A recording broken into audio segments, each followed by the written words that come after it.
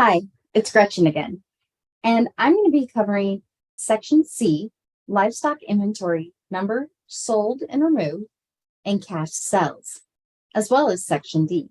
But first, we're going to start here. The purpose of the Livestock section is to record inventory, ownership, removal, and cash sales of data for the operation. Livestock removals and sales are used to develop estimates of the value of livestock production. Collected information allows us to better understand the various compositions of operations with different types of livestock. This data helps us to assess trends in the livestock industry.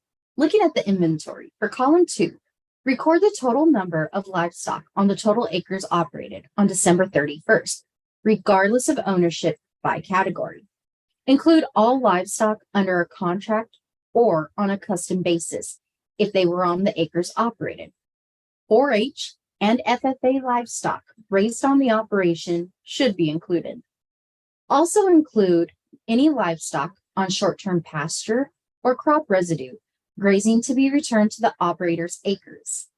Exclude any livestock owned by the operation, but being custom fed on another separate operation. These livestock will be reported later in Section D. Looking at inventory owned, in column 3, record the total number of owned livestock operated on December 31st.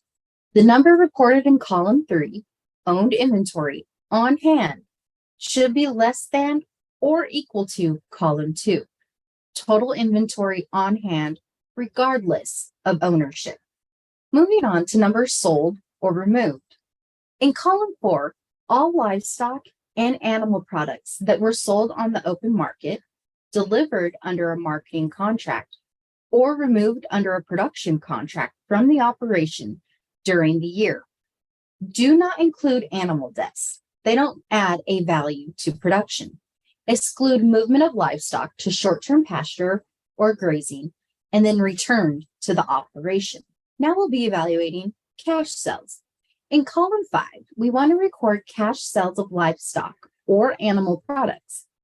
Marketing expenses like checkoff fees, drying, and storage should be subtracted to get final cash sales.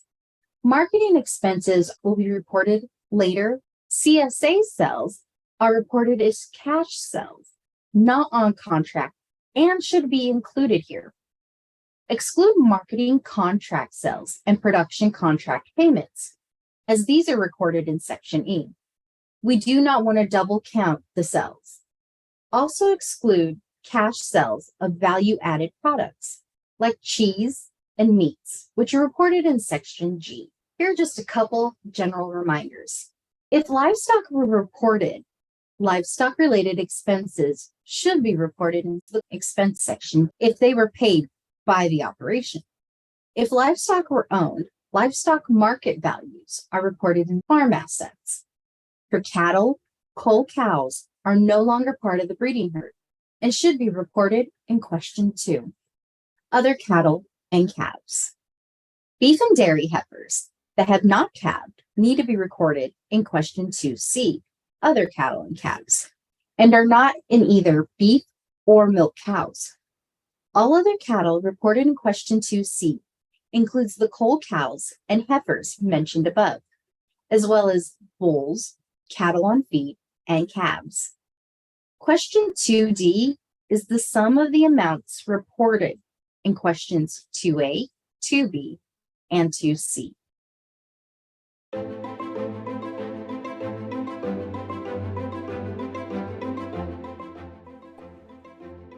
Thanks for stopping by for a quick knowledge check. Let's get into it. Farmer Casey loves cattle. The operation is a cow-calf operation that only sold 20 cows and 80 calves. How many would be reported as other cattle and calves in column 4? Another way to say this, what was the total number sold or removed in the reference year? Is it A, 20, B, 60, C, 80, or D, 100? I'll give you a second to come up with the answer. You can also feel free to pause if you need a minute. Okay, before we talk about the answer, please keep in mind the includes and excludes for the cattle categories. This could have been a much longer example, but instead we just wanted to talk about this one item and ignore the rest for the purposes of this example. Other cattle and calves includes cull animals and calves. So all 100 head mentioned here would be reported under other cattle and calves in column 4, sold or removed. So the answer is D, 100. Thanks for your attention.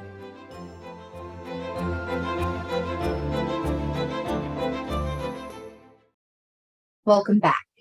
Now we're going to move on to section D, other operations, growing, feeding, raising livestock for this operation. The purpose of section D is to collect information about livestock owned by the operation and raised by another producer under contract. This section helps provide a complete picture of farm income and loss. Receipts or sales, expenses, and assets are only reported in section D. They are not reported anywhere else in the questionnaire. Here are 3 examples of contracts. A cow-calf producer weans calves and has another producer raise the cattle to a certain weight for them. A dairy operator pays another producer to raise dairy replacement heifers until they return to the dairy for milking. A hog farrowing operation contracts out with another hog operation to raise their weaned pigs up to slaughter weight. Let's take a look at that livestock type. In column 1, we want to record the type of livestock under contract to be raised by another operation. Be specific. Do not just write in hogs or chickens. Use finishing hogs, laying chicken poults, dairy heifers, etc. This will help in the coding of column 2. Use the respondent booklet and look up the commodity code for the specific type of livestock. Record the 3-digit livestock code in column 2. Now on to the value. In column 3, record the estimated market value of contracted commodities on other operations on January 1. In column 4, record the estimated market value of commodities placed on contractee operations during the year. If there are multiple arrangements or if arrangements exist for more than one commodity, record each arrangement on a separate line. If needed, please use an extra sheet of paper and be sure to label the extra sheet of paper with the operator's identifiable information and especially the void. Here we're going to look at the fees and receipts. In column 5, report the total amount paid to contractees. This includes labor fees, management fees, and reimbursements for expenses. In column 6, record the gross receipts for the commodity sold or removed under contracts. This value can be 0 if the commodity was not sold but returned to the target operation. An example of this would be dairy heifers that were raised off the dairy operation but returned to be milk cows. Now, onto our unsold value. In column 7, record the market value of any unsold commodity under contract on December 31st. As a general reminder, remember that all data reported in section D is not reported anywhere else in the questionnaire. This is also referred to as the in the fence rule. Thank you for sticking with me through these past couple of sections. Just remember, section D is extremely important that we collect that information because it's not collected anywhere else in the questionnaire. So please be diligent and leave any notes that might help us here in the office to understand what is going on. Thank you.